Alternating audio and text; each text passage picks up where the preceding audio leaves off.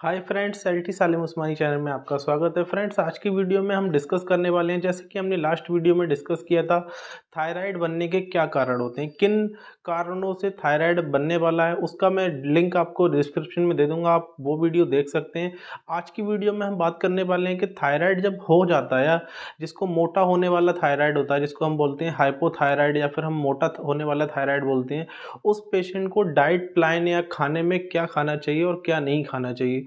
हम अगर ये डाइट प्लान अपना अच्छी तरीके से कर लें तो हो सकता है हम विदाउट किसी मेडिकेशन से हम ओनली परहेज से ही अपना थायराइड रिकवर कर लें। थायराइड क्या होता है?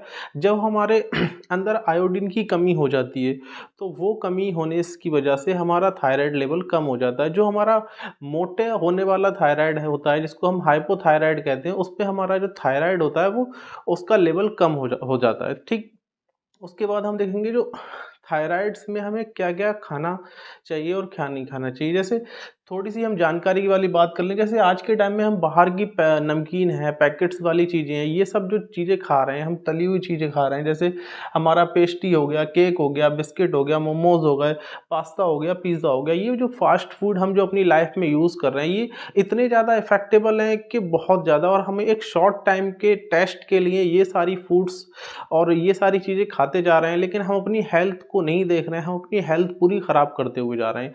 ये सारी चीज़ों का कहीं न कहीं बहुत ज़्यादा इम्पोर्टेंस है, जैसे है जो भी हमारी बॉडी में थायराइड्स की प्रॉब्लम है उस चीज़ को लेके।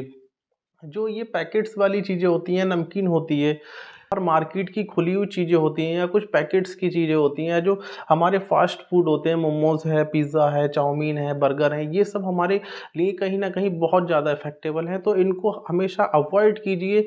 ठीक फ्रेंड्स, क्योंकि ये भी जो हमारे थायराइड्स में होने वाले एक बहुत ज़्यादा रोल निभाते हैं। इतनी चीज़ों का आप हमेशा ध्यान रखिए। आप अगर इन चीज़ों को अवॉइड करेंगे तो हो सकता है आपको थायराइड की समस्या नहीं हो। फिर उसके बाद हम देखेंगे थायराइड्स का डाइट प्लान क्या होगा। ठीक, थायराइड में जो मेन 4 सब्जियाँ हैं, वो सबसे ज़्यादा थायराइड्स में जो हमारे थायराइड वाला ग्लैंड है उसको अफेक्टेबल करती हैं और हमारे थायराइड्स में प्रॉब्लम करती हैं। तो उन 4 सब्जियों को हमें हमेशा अवॉइड करना चाहिए। नंबर सबसे पहले हम जानेंगे जो थायराइड्स वाले पेशेंट हैं उनको क्या चीज़ नहीं खाना चाहिए, उनको डाइट में अपने कौन-सा शेड्यूल नहीं रखना चाहिए। तो जो चीज़ नहीं खाना चाहिए, पहले हम थायराइड वाले पेशेंट की वो बात करेंगे, फिर हम बात करेंगे थायराइड में क्या-क्या खाना चाहिए। ठीक, 4 मेन सब्जियाँ होती हैं जो हमारे थायराइड के सबसे बड़ा ज़िम्मेदार होती हैं और जिनकी वजह से हमें थायराइड्स होने के ज़्यादा चांसेस होते हैं। जैसे हमारी बंद गोभी हो गई, फूल गोभी हो गई, गाँठ गोभी हो गई और शलजम हो गई। ये 4 सब्जियाँ ऐसी हैं जो हमें ज़्यादा इफ़ेक्टेबल होती हैं, इसलिए हमें कभी भी थायराइड जिनको पेशेंट को है, जिनको मोटा होने वाला थायराइड है, हाइपोथायरायडिज़्म, उनको उन पेशेंट को ये 4 सब्जियाँ अवॉइड करनी करनी है, ये खाना नहीं है। बंद गोभी, फूल गोभी, गाँठ गोभी और शलजम। ठीक, ये सब्जियों को अवॉइड करके, जैसे जो लोग सोयाबीन की बड़ी ज़्यादा यूज़ करते हैं, सोयाबीन का ऑयल यूज़ करते हैं, तो उन लोगों को सोयाबीन का यूज़ कम करना है, चॉकलेट्स नहीं खाना है और ज़्यादा लिमिट मात्रा में कॉफ़ी या चाय इनका भी सेवन नहीं करना है, क्योंकि इनकी वजह से भी हमारी बॉडी में काफ़ी इफ़ेक्ट होता है। जैसे कुछ लोग कोल्ड ड्रिंक ज़्यादा यूज़ करते हैं, आप ले सकते हैं, तो टेस्ट बतौर थोड़ी बहुत ले सकते हैं, लेकिन आप अगर ज़्यादा क्वांटिटी में लेंगे तब आपको इफ़ेक्टेबल हो जाएगा इन चीज़ों से। जैसे वाइट राइस होते हैं, जो हम सफ़ेद चावल खाते हैं, वो भी नहीं खाना चाहिए थायराइड वाले को, या फिर वाइट वाला ब्रेड होता है, जो हमारा ब्रिटानिया का वाइट वाला ब्रेड होता है, वो भी नहीं लेना चाहिए, क्योंकि थायराइड में कहीं न कहीं हमारे वो भी प्रॉब्लम्स करता है। तो फ्रेंड्स, ये हमारी वो चीज़ें हैं जो हाइपोथायरायडिज़्म, जिनको मोटा होने वाला थायराइड हो चुका है, वो अगर अपने डाइट प्लान में ये चीज़ों को कंट्रोल करते हैं, तो आई होप कि उनका डाइट जो थायराइड लेवल है वो उनका कम होने लगे। आपका जो मेडिसिन तो चल ही रही है, जो डॉक्टर ने आपको चलाया है 50 एमजी या 25 एमजी आपका थायराइड्स के अकॉर्डिंग, लेकिन उसके साथ-साथ आप ये डाइट प्लान कर लेते हैं तो आपके लिए बहुत बेनिफिट होगा।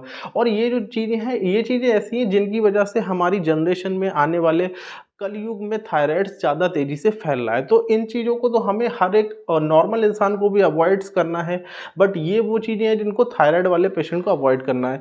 फिर मैं आपको बताने वाला हूँ कि थायराइड्स में हमें क्या-क्या खाना चाहिए उसके बारे में। फ्रेंड्स, जैसे कि अभी हमने बताया था कि जो थायराइड वाले पेशेंट को हैं उनको क्या क्या नहीं खाना चाहिए, तो अभी जो हम बताने वाले हैं वो थायराइड्स वाले पेशेंट को ये मतलब खाना चाहिए अपनी डाइट्स में, जिससे उनका जो थायराइड है, हाइपोथायराइडिज्म है, जो मोटे होने वाला थायराइड से, वो मेंटेन रहता है। मोस्टली एक चीज़ मैं आपको और बता दूं, जो थायराइड की प्रॉब्लम है ये जो लेडीज़ हैं उनमें, महिलाओं में ज़्यादा पाई जा रही है। जो फीमेल्स वाले पेशेंट हैं, मोस्टली अगर 10 फीमेल पेशेंट हैं तो 10 में से किसी एक पेशेंट को थायराइड होने के ज़्यादा चांसेस होते हैं। और अगर उनका थायराइड हम चेक करें, चाहे वो हाइपोथायरॉयडिज्म में हो या फिर हाइपरथायरॉयडिज्म में हो, मतलब पेशेंट को थायराइड जरूरी हो रहा है 10 में से एक लेडीज़ को, ठीक। उसके बाद हम देखेंगे जो डाइट्स प्लान में हमें क्या क्या रेगुलर यूज़ करना चाहिए। देखेंगे जो हमारा आयोडाइज्ड नमक होता है, जो हमारा थायराइड होता है, मोस्टली मैंने आपको बताया था थायराइड्स हमारे तभी अब प्रॉब्लम्स होती है जब हमारे अंदर आयोडीन की कमी हो जाती है। जब आयोडीन की हमारे अंदर कमी हो जाती है तो हमारा जो थायराइड्स है वो इनबैलेंस हो जाता है, चाहे वो थायराइड बढ़ जाएगा या थायराइड घट जाएगा, ठीक। सबसे पहले हम देखेंगे जो हमारा आयोडाइज्ड नमक होता है, अगर जो भी हम नमक यूज़ कर रहे हैं अपने किचन में, तो हमारा वो आयोडीन, मतलब आयोडीन से भरपूर हमारा नमक होना चाहिए। हम एक अच्छी क्वालिटी का नमक अपने किचन में यूज़ करें जिससे हमारा आयोडीन लेवल है वो मेंटेन रहे, हमारा आयोडीन लेवल कम नहीं हो, ठीक। उसके बाद हम देखेंगे जो हमारा अंडे का येलो पार्ट होता है, जो हम एग खाते हैं, एग के अंदर जो येलो पार्ट होता है उसके अंदर भी आयोडीन की मात्रा अच्छी होती है। तो कुछ लोग ऐसे होते हैं जब वो एग खाते हैं तो अंडे का येलो पार्ट हटा देते हैं कि वो ज़्यादा फैटी है या ज़्यादा उसमें विटामिन्स होते हैं, सॉरी ज़्यादा मतलब फैटी है या फिर ज़्यादा प्रोटीन होता है। तो उसमें भी जो हमारा येलो पार्ट है उसमें आयोडीन की मात्रा अधिक मात्रा में होती है, इसलिए हमें वो येलो पार्ट भी एग के साथ खाना चाहिए, जिससे हम जो थायराइड्स की प्रॉब्लम्स हैं बच सकते हैं। फिर हम देखेंगे जो हमारे छोटे छोटे झींगे होते हैं, जो मतलब हमारी फिश होती है और झींगे होते हैं, उनको भी हमें खाना चाहिए, उससे भी हमारा आयोडीन लेवल मेंटेन रहेगा, ठीक। जो हमारी मछली होती है, हमें मछली भी ज़्यादा से ज़्यादा, जो हमारा चिकन मटन है उसे अवॉइड करके हमें ज़्यादा से ज़्यादा खाने में अपने फ़िश यूज़ करना चाहिए। फ़िश खाने से भी हमारा आयोडीन लेवल मेंटेन रहता है। फिर हम देखेंगे, हम बात करेंगे दो तेलों की जो हमारे घर में मतलब रूटीन में यूज़ होना चाहिए, जिससे हमारा थायराइड जो है वो अच्छा रहे, मेंटेन रहे। तो जैतून का तेल और नारियल का तेल, ये दो तेल हमें अपने किचन में यूज़ करना चाहिए, जिससे हमारे थायराइड्स होने के चांसेस कम रहते हैं। फिर हम बात करते हैं जो हमारे नॉर्मल हम हरी सब्जी अपने किचन में यूज़ करते हैं, जैसे अदरक है, लहसुन है, आलू है, टमाटर है, भिंडी है, और मशरूम है, गाजर है। ये जो चीज़ें हैं ये हमें अपने किचन में यूज़ करना चाहिए। इससे भी जो हमारा थायराइड्स है, हमारा अदरक और लहसुन हमें अच्छी मात्रा में खाना चाहिए। जो हमारे थायराइड्स होने वाले चांसेस होते हैं इससे भी हमारे कुछ कम चांसेस बनेंगे। फिर हम देखेंगे फलों में हमें क्या क्या खाना चाहिए, या फल में हमें कौन कौन से थायराइड्स के लिए बेटर रहेंगे। तो फल में हम देखेंगे अनानास है, सेब है, पपीता है और कीवी फल है।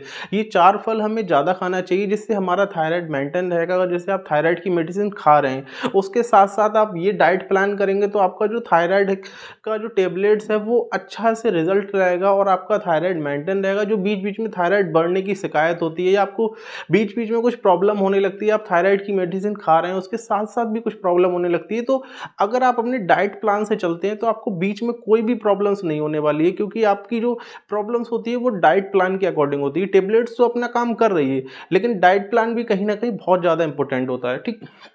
फिर हम देखेंगे जो हमारा थायराइड ग्लैंड होता है, जो यहाँ पे हमारा थायराइड होता है, उसको भी चलाने के लिए मैकेनिज्म होता है। उस मैकेनिज्म में हमारा जो मैग्नीज और हमारा सेलेनियम, मैग्नीज और सेलेनियम दो हमारे ऐसे तत्व होते हैं जो हमारे थायराइड ग्लैंड को मेंटेन करते हैं और जो हमारे थायराइड ग्लैंड के लिए बहुत ज़्यादा इंपॉर्टेंट है। तो जो हमारे मैग्नीशियम और सेलेनियम दो ये जो तत्व हैं ये हमें कहाँ से मिलने वाले हैं, तो मैग्नीशियम और सेलेनियम जो हमारे तत्व हैं ये हमारे ड्राई फ्रूट से मिलते हैं। ड्राई फ्रूट्स में हमें जो यूज़ करना चाहिए अपने, ज़्यादा से ज़्यादा बादाम है, काजू है, अखरोट है, खरबूजे की मींगे हैं और हमारा जो चीज़ा सीड्स है, ये हमें ज़्यादा से ज़्यादा अपने डाइट्स में यूज़ करना चाहिए। इससे जो हमारा थायराइड है वो अच्छे से रेगुलेट होता है और हमारा थायराइड्स जो प्रॉपर हमारे हार्मोन्स जनरेट करता है, क्योंकि जो थायराइड है वो हमारा एक छोटा सा ग्लैंड है जो हमारे हार्मोन्स जो हमारा T3 T4 TSH है, जो हमारे हार्मोन्स हैं उनको रेगुलेट करता है, उनको मेंटेन करता है। अगर हम अपने डाइट प्लान में ये सारी चीज़ें यूज़ करते हैं और अपने थायराइड ग्लैंड्स के लिए अच्छे से हम ये जो हमारा मैग्नीशियम मैग्नीज और सेलेनियम 2 तत्व की ज़रूरत होती है। अगर हम उसमें ये 2 तत्व यूज़ कर दो ये चीज़ें यूज़ कर सकते हैं, जैसे बादाम है, काजू है, अखरोट है और खरबूजे की मेवे है, तो इससे हमारे थायराइड्स वाले ग्लैंड की जो चांसेस है बहुत कम हो जाएंगे और हमारा थायराइड प्रॉपर मेंटेन होने लगेगा। तो फ्रेंड्स, आई होप आपको वीडियो अच्छी लगी हो। Thanks for watching.